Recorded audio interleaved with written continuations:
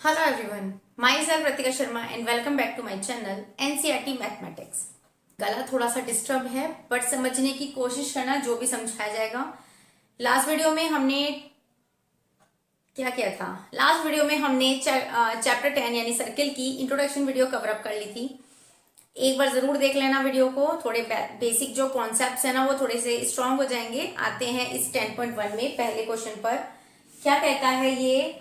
How many tangents can a circle have?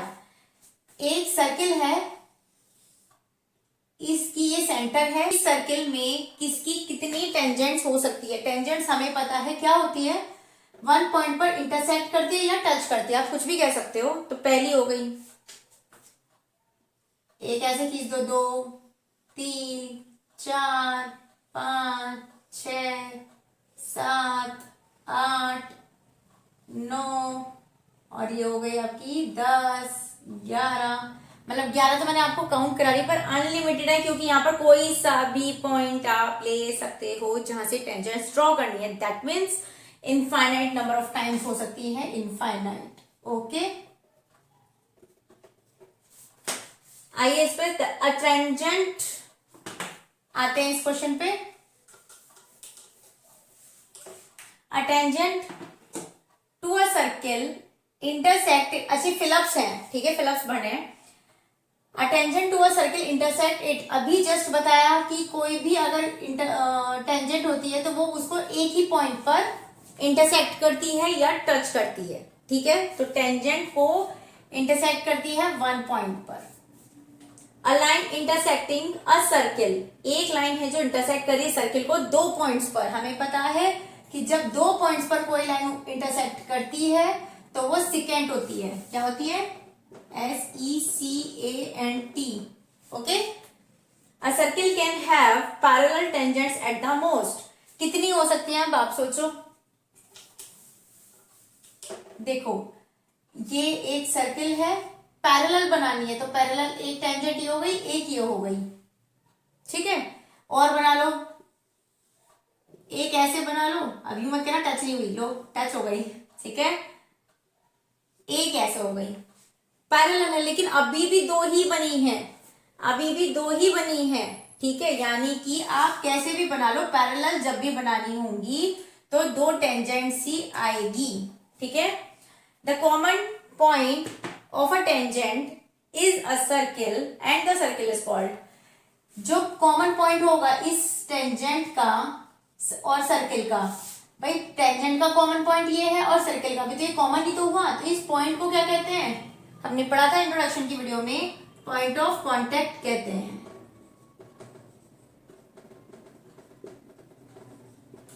Okay, question number 3 पे आते हैं। आपको एक टेंजेंट ड्रॉ करनी है। देखो, a tangent P Q at a point P of a circle, एक सर्किल है, एक सर्किल है और उसकी रेडियस 5 सेंटीमीटर है। दैट मीन्स ये सेंटर हुआ, meets a line through the centre O. हमने एक रेडियस ले दी 5 सेंटीमीटर की, एक टेंजेंट ड्रॉ किया है पी क्यू एक पॉइंट पी पर, यानी कि ये हो गया पी पॉइंट और हमने यहां पर एक ड्रॉ कर दी ये टेंजेंट। तो पी क्यू कह दो इसे, चलो। अ tangent P Q at a point P of a circle of radius 5 centimeter meets a line through the center meets a line centre O से Q पर, यानी ये मान लो Q है, ये मान लो Q वाला पॉइंट है, ठीक है। सो दैट OQ कितना दिया भाई? O है ये सेंटर मेरा और ये Q पॉइंट है। OQ आपको दिया हुआ है 12 centimetre. Length of P Q पूछा है आपसे, ये पूछिए लेंथ, ये वाली पी क्यू, ठीक है। तो क्या लिखेंगे सबसे पहले? गिवन में क्या लिखेंगे? सेंटर ओ, ओपी इक्वल है आपके पास 5 सेंटीमीटर क्योंकि रेडियस है, OQ इज 12 सेंटीमीटर दिया हुआ है। फाइंड PQ, ठीक है। तो लेंथ ऑफ पी क्यू क्या होगा भाई? आप एक चीज, हमने अभी पहली थ्योरम क्या पढ़ी थी इंट्रोडक्शन की वीडियो में, कि जब भी सेंटर से आप इसके पॉइंट ऑफ कांटेक्ट पर एक लाइन फॉल करोगे तो टेंजेंट पे वो परपेंडिकुलर होता है, यानी 90 डिग्री बनता है। और हमें पता है 90 डिग्री जब बनता है तो वो राइट एंगल ट्रायंगल हुआ। राइट एंगल ट्रायंगल है तो मैं इस पूरे ट्रायंगल में पाइथागोरस थ्योरम लगा सकती हूँ। That is in triangle POQ angle P equal है 90 डिग्री अकॉर्डिंग टू थ्योरम 1। यहां लिख देना पूरी थ्योरम, ठीक है। उसके बाद यहां पे आ जाओ, क्या होती है? यूजिंग पाइथागोरस थ्योरम, पूरा लिखोगे। यूजिंग पाइथागोरस थ्योरम क्या होती है? क्या होती है हमारी? ये होती है जो 90 डिग्री के ठीक सामने है वो होता है हाइपोटेन्यूज। आपने 9th में पढ़ा हुआ है, हाइपोटेन्यूज का स्क्वायर इक्वल होता है बेस का स्क्वायर, प्लस इसे हाइट भी बोल देते हैं और इसे परपेंडिकुलर भी बोल सकते हैं। तो जो आप लिखना चाहो, मैंने P लिख दिया। अगर कहीं पर हाइट मिले तो कंफ्यूज नहीं होना है, क्योंकि ये बिल्कुल हाइट का ही काम करेगी। जब आपने इस पे परपेंडिकुलर फोल्ड किया है तो ये हाइट का ही काम करेगी। तो H हमें नहीं पता, सॉरी H हमारा हाइपोटेन्यूज है ये वाला, तो ये हमें पता है 12 का स्क्वायर, इंप्लाइज दैट जरूर लगाएंगे। बेस हमें फाइंड आउट करना है, दैट इज PQ, और हमें ये पता है ये रेडियस है तो ये 5 है। 12 का स्क्वायर 144 होता है, PQ का स्क्वायर हो गया, प्लस 5 का 25 होता है। PQ को यही रहने दोगे, इस 25 को इधर लेके आओगे, माइनस करोगे,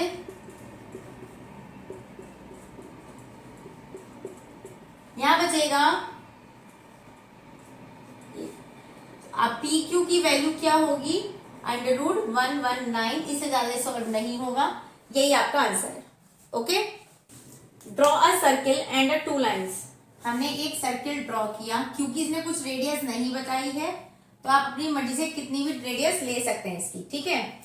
एक सर्किल ड्रॉ करना था, कर दिया। 2 लाइंस पैरेलल करनी है गिवन लाइन के। हमें एक लाइन ऐसी गिवन दी हुई है, ये वाली, ठीक है। आपको गिवन लाइन ये दी हुई है और आपसे बोला गया है 2 पैरेलल लाइन ड्रॉ करो गिवन लाइन के अकॉर्डिंग। एक तो हो टेंजेंट, तो ठीक है, 2 लाइन पैरेलल चाहिए ना, तो एक तो हमें ये टच ही मानना भाई, ये मान लो बाहर से टच जैसे बनाते हैं ना। तो पहली लाइन तो हो गई ये टेंजेंट और इसके पैरेलल भी है। दूसरी लाइन भी इसी लाइन के पैरेलल बनानी है, लेकिन होनी कौन सी चाहिए? वो सिकेंट होनी चाहिए। दैट इज 2 पॉइंट्स पर इंटरसेक्ट करनी चाहिए। तो ये हो गई मेरी सिकेंट। तो वो ये भी इस लाइन के पैरेलल है और ये भी इस लाइन के पैरेलल है। इससे ज्यादा इस क्वेश्चन में कुछ नहीं होना है। 10.1 हमारी खत्म होती है। वीडियो अच्छी लगे तो लाइक शेयर सब्सक्राइब प्लीज कर देना। मिलेंगे नेक्स्ट वीडियो में, तब तक के लिए